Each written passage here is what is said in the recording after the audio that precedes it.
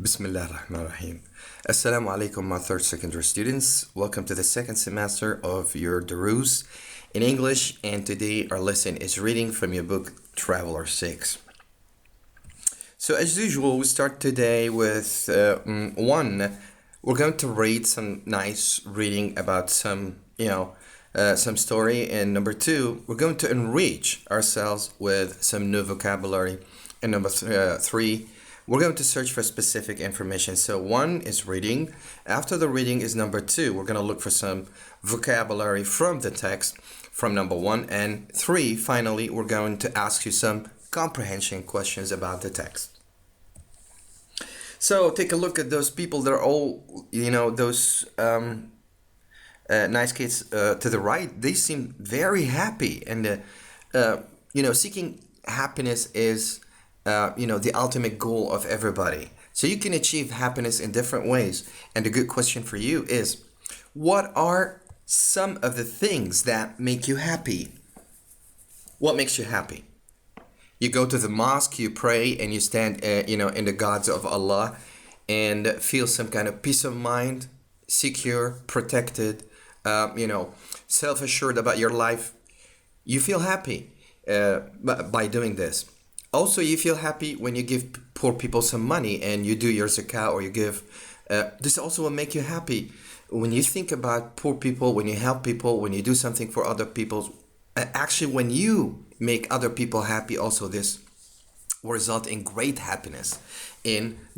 Some people are happy to, have too much money. Others would like, to be happy, to have children, a good wife, a good house, good salary, good job, good health, practice their sport, do their hobbies, own a new mobile phone, buy a new computer. All of these things actually can make you happy. So we'll start here for the first one. Are you happy? That is the title of our lesson today. So I'm going to read for you, and I hope you follow up with me. So everyone wants to be happy, but it seems that not many people can achieve happiness. It is not surprising that people who have a large circle of friends are usually happier than those who don't have much of a social life. And that healthy people are happier than sick people. What's surprising to most of us is that disabled people have the same possibility for happiness as the rest of us do. Even people who have been seriously injured in an accident describe themselves as happy 3 weeks afterwards. When we have a naive belief that happiness means that nothing ever goes wrong. In order to be happy, we need to come to terms with a few truths. We must learn how to live contentedly with the negative elements of life rather than attempting to live a life where nothing bad ever happens. A professor at the University of Chicago, Mihaly Csikszentmihalyi, has spent a great deal of time researching happiness and has provided us with some food for thought. He believes that the key to happiness is something he calls the flow.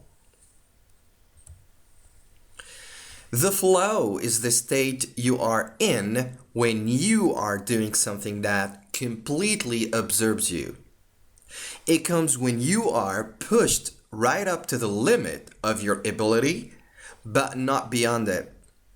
People can get a feeling of flow from dangerous sports like mountain climbing or driving fast, but it can also come from less strenuous pursuits like painting or reading a great book. The point is that people do these things because they want to, and not because they are looking for some kind of a reward. A good measuring stick for those of us who are desperately seeking happiness is asking ourselves, is what I'm doing today contributing to the things that are most important in my life? If not, why are you doing it? So pursuing happiness in a strenuous way is really the key for life for most of us. So we find happiness in different ways. Some people find it in a sport, other people find it in prayers, other find it in good health, maybe others really find it in peace of mind. So that was the first part of our objectives for today, which was reading. So I read for you about, pursuing and, getting happiness. Now we go for reading, and let's guess the meaning of the underlined words. So we're going to ask some questions about the text. Now we have two words, as you have seen in the text, which are naive, and be careful of the pronunciation of this word, and also strenuous. So, we had the word here, naive, which is in the first part. We have a naive belief that happiness means that nothing ever goes wrong.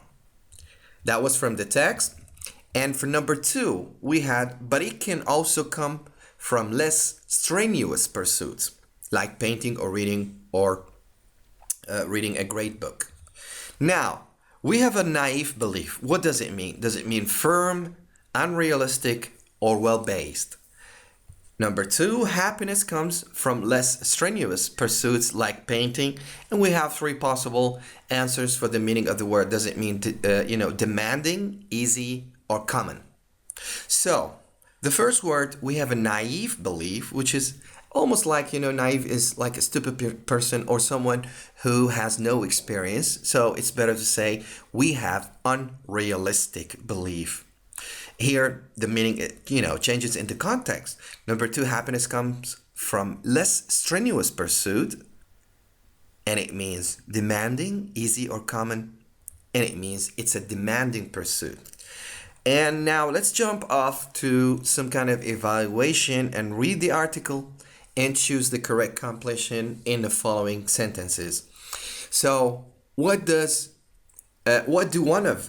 one of these A, B, C complete the sentence?